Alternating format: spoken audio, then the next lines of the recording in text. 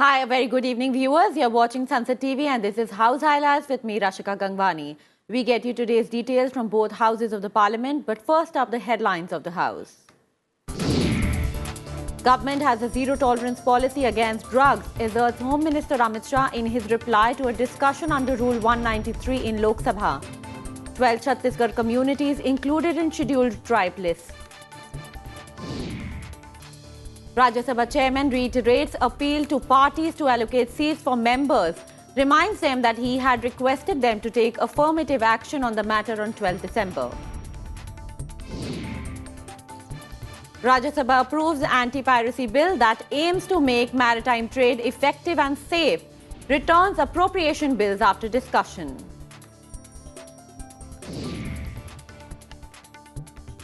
In news from the upper house, Parliament has approved the first batch of supplementary demands for grants, allowing the government to spend net additional 3.25 lakh crore rupees in the current financial year.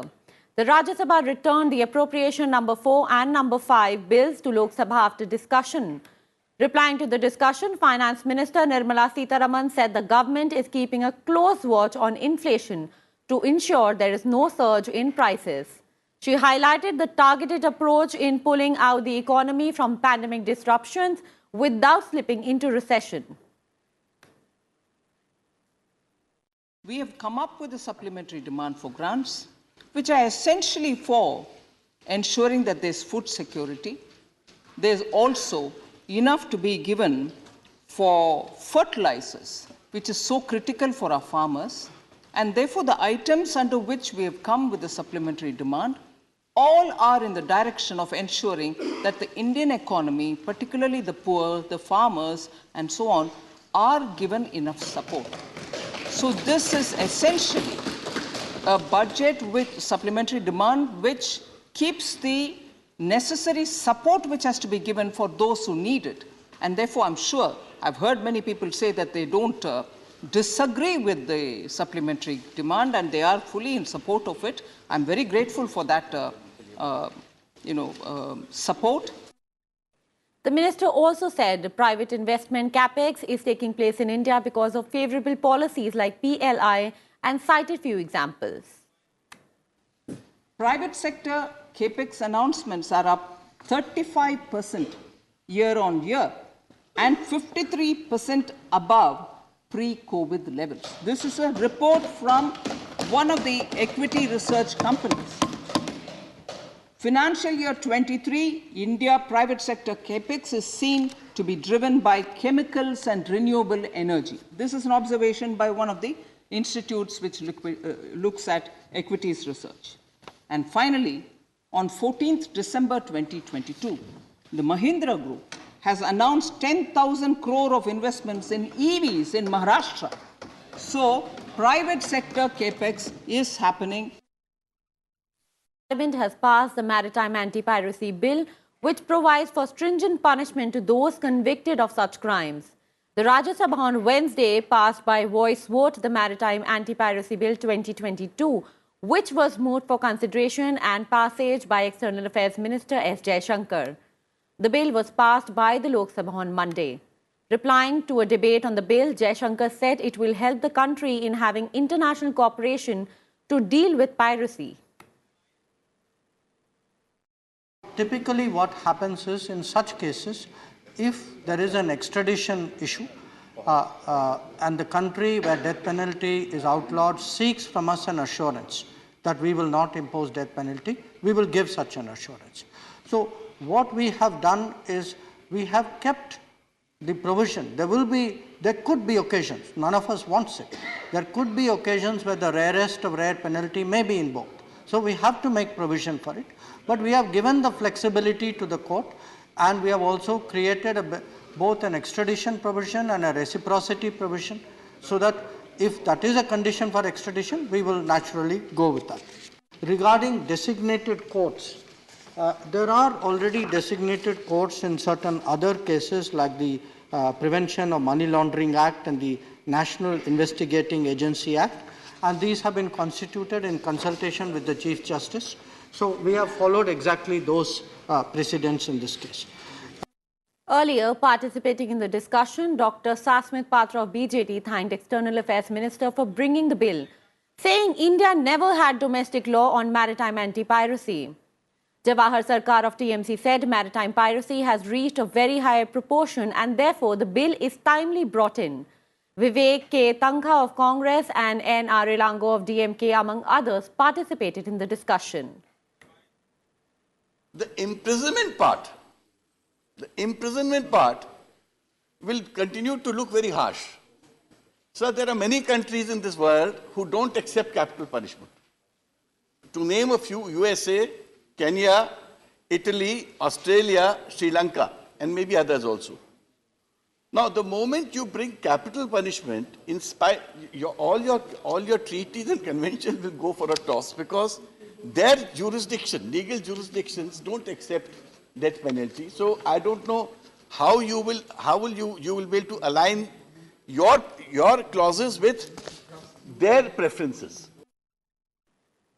Is the applicability only to Indian bottoms, to Indian ships? Is it applicable only to Indian ships? In other words, we need to be clear that if an Indian merchant hires another ship or takes major part in, let us say, a Norwegian ship, and that is subjected to high seas piracy, would this act be applicable? Because Indian goods of high value are involved.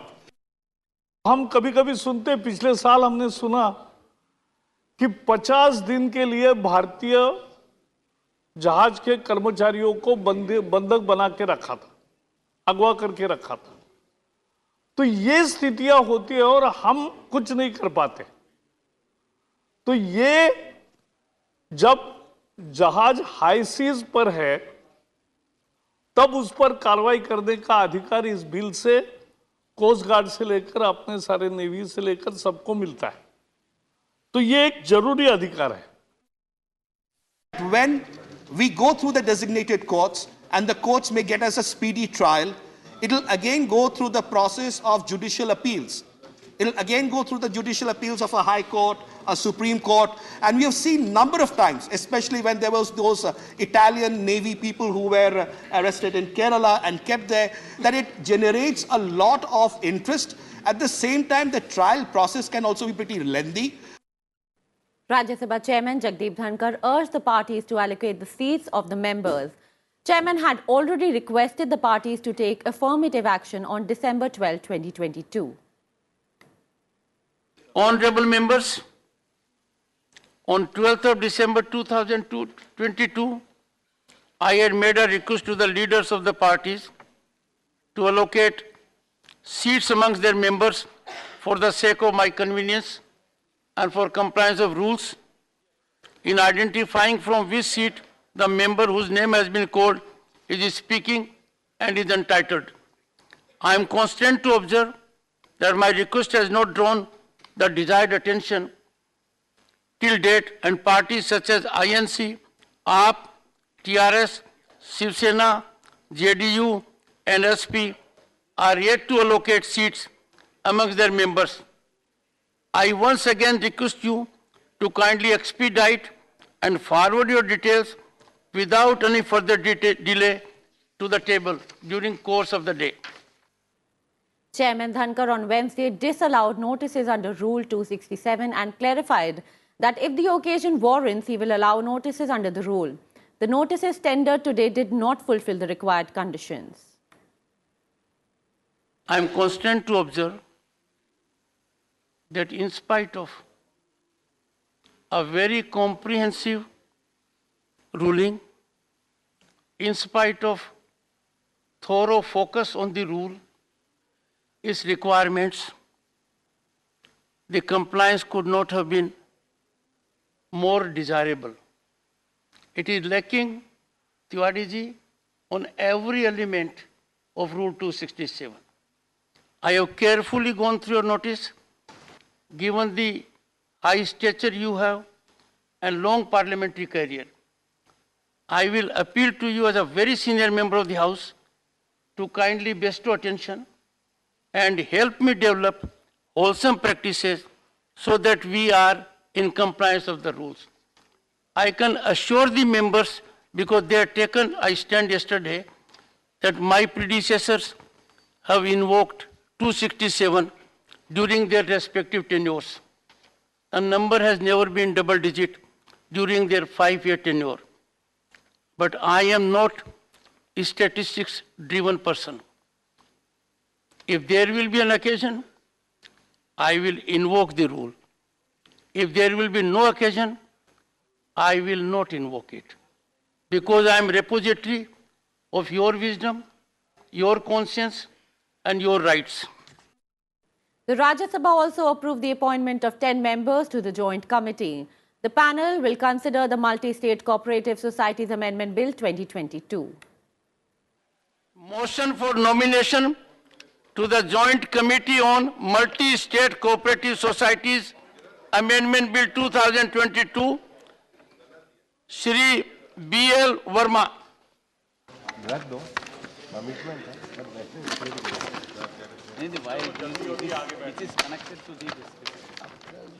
आदरणीय सभापति महोदय, मैं प्रस्ताव करता हूं, ये सभा लोकसभा की इस सिफारिश से सहमति प्रकट करती है कि ये सभा बहुराज्य सहकारी सोसाइटी संशोधन विधेयक 2022 के संबंध में दोनों सभाओं की संयुक्त समिति में सम्मिलित हो और संकल्प करती है कि उक्त संयुक्त समिति में काम करने के लिए राज्यसभा के निम्नलिखित सदस्यों के नाम निर्देशित किए जाएं।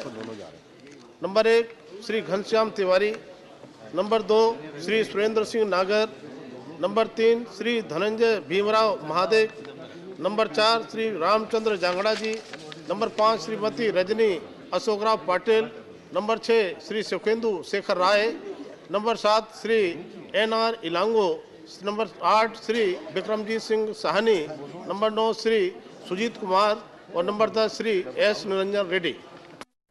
Time for a short break in the bulletin. On the other side, news from the proceedings in Lok Sabha.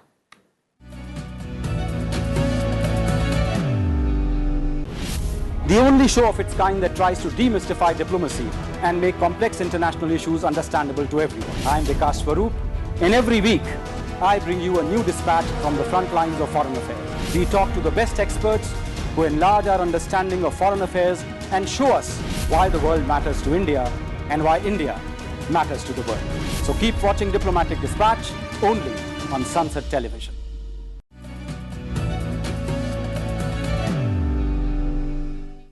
Welcome back to House Highlights. Now, today's news from the lower house.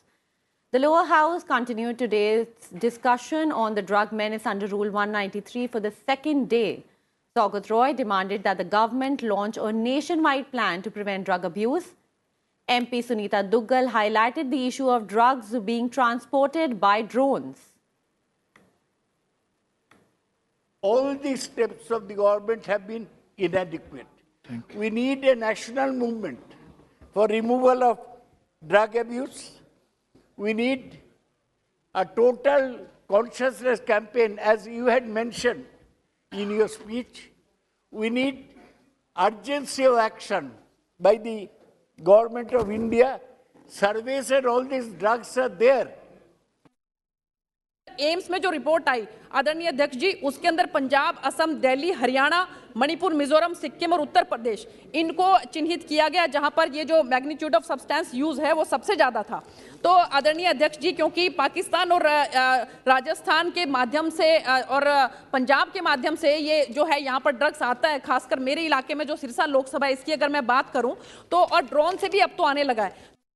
During 0 hour, Congress MP Tarun Gogoi accused the government of using surveillance tool called Pegasus to track journalists and politicians. Union Home Minister Amit Shah took strong exception to Gogoi's remarks. He said the MP had levelled a serious allegation, adding that Parliament should be used for constructive debate with proof and not for baseless allegations. आप बार बार हमारे ऊपर तो snooping कर देते हैं, हमारे mobile phone पे Pegasus लगा देते हैं, पत्रकारों पे पेगासस लगाते थे। आप मुझे बताइए, पेगासस के द्वारा आपने कितने ड्रग्स, नारकोटिक्स के माफिया को आपने पकड़ा है? इनके पास एक भी आधार हो किसी पत्रकार का, नेता का, उनके खुद का, यहां रखना चाहिए सदन पर। सदन मान्य अध्यक्ष, सदन सदन गंभीरता के साथ बहस के लिए है, स्वच्छंदी राजनीतिक आरोपों के लिए नहीं है सदन। In his response to the discussion, Union Home Minister Amit Shah called the drug menace a serious problem that is destroying generations, even as profits made from the racket are utilized for terrorism as well. He urged all states and union territories of India to fight together against the problem. Citing the Gujarat Mundra Port drug seizure case, Amit Shah said the great recoveries by any state doesn't mean drug abuse is rampant there. Narendra Modi सरकार की drug के कारोबार पर और उसके मुनाफे से आतंकवाद के वित्त पोषण पर जीरो टॉलरेंस की नीति है और हम सख्ताई से इसको जीरो तक ले जाने के लिए हम प्रयास कर रहे हैं।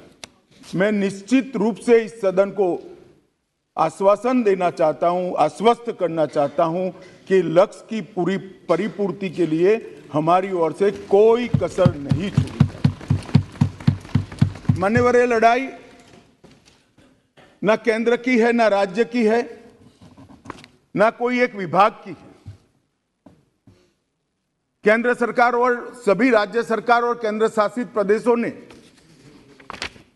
मिलकर ये लड़ाई लड़नी पड़ेगी, क्योंकि इसका परिणाम लाना है तो बहुआयामी लड़ाई लड़े बगैर ये परिणाम नहीं आ सकता है।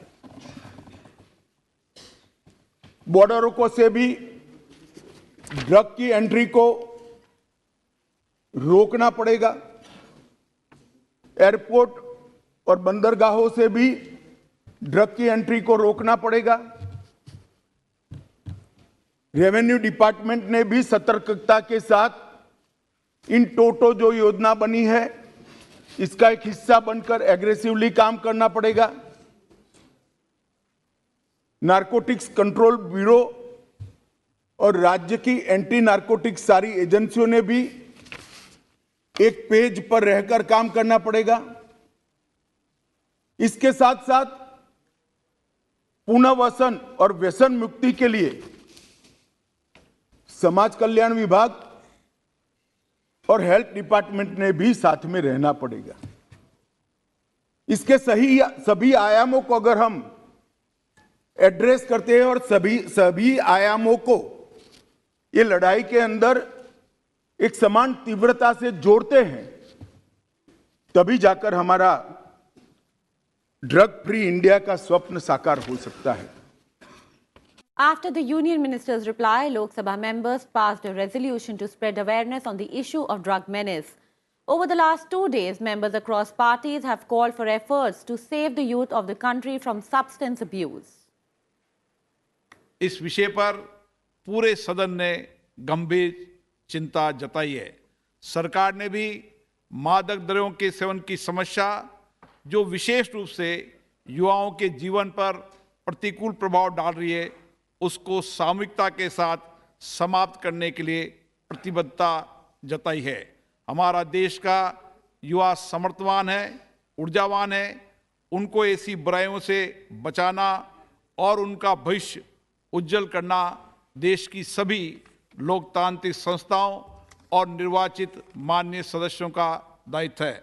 अतः ये सदन संकल्प लेता है कि देश की सर्वोच्च लोकतांत्रिक संस्था के प्रतिनिधि के रूप में माननीय सदस्यगण पूरे देश के अंदर व्यापक जन जागरण अभियान चलाकर युवाओं में देश की बढ़ती समस्या को समाप्त करने के लिए सामूहिकता की भावना से कार्य करेंगे। नशा मुक्त भारत बनाने के लिए ये सदन एक मत से संकल्प लेता है। धन्यवाद। Lok Sabha agreed to the amendments made by Rajya Sabha in the Constitution, Scheduled Caste and Scheduled Tribe Orders, Second Amendment Bill 2022. Lok Sabha had passed the bill on 1st April 2022 and transmitted it to Rajya Sabha for its concurrence. Rajya Sabha passed the bill with amendments on 14 December 2022 and returned it to Lok Sabha on the same day.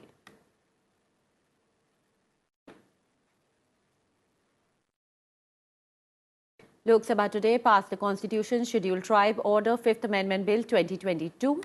The bill will amend the Constitution Scheduled Tribes Order 1950 for the inclusion of the 13 communities in the list of scheduled tribes in relation to the state of Chhattisgarh. Replying to the discussion on the bill, Union Minister for Tribal Affairs Arjun Munda pointed out that the Ministry for Tribal Affairs was formed only in 1999, 52 years after independence. इस मंत्रालय का उद्देश्य क्या है? ये एक मंत्रालय नहीं है, इसको कहा गया कि ट्राइबल अफेयर्स, जनजातीय मामले। जनजातीय मामले जिस पर एक होलिस्टिक अप्रोच होना चाहिए, कॉम्प्रिहेंसिव प्लान होना चाहिए और पूरे देश में बिखरे हुए जो जनजातीय समाज अपने संस्कृति के लिए विख्यात है, उनको न्याय मिलना चाहिए, उनके डिस्टिंक्ट कल्चर को प्रोटेक्ट करना चाहिए, उनकी भाषा, संस्कृति और परंपराओं की जो जीवंतता है उसको बरकरार रखना चाहिए। और इसलिए एक मंत्रालय 1999 में आज़ादी के कितने वर्षों के बाद, अब इसका यदि हमारे अधीर रंजन जी को मैं कहूँगा कि खुद से गणना कर ले कि 1947 में देश आज़ाद होता है और जनजातीय मामलों के मंत्रालय जब देश रत्न अटल बिहारी वाजपेयी इस देश के प्रधानमंत्री बनते हैं तो ये मंत्रालय बनता है। The methodology and the modality of inclusion of scheduled tribes is, I think, an outdated modality today. Kindly see, you are still following the Lokur Committee recommendations of 1965, which are almost half a century old. Now, what does the Lokur Committee say? The Lokur Committee, way back in the 60s, had mentioned that communities to be included as scheduled tribes must have A, primitive traits, 2, distinctive culture, 3, geographical isolation, 4, shyness of contact with the community at large, and 5, socio-economic backwardness.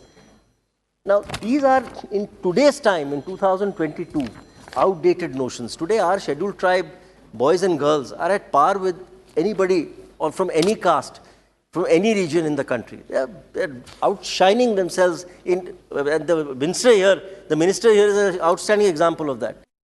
The opposition parties on Wednesday walked out of Lok Sabha seeking a discussion on the border issue with China. Congress and DMK members initiated the walkout, followed by MPs from the Trinamool Congress and Janata Dal United. Congress's Leader of the House, Adhir Ranjan Chaudhary, urged the Lok Sabha Speaker to hold a discussion on the border issue with China.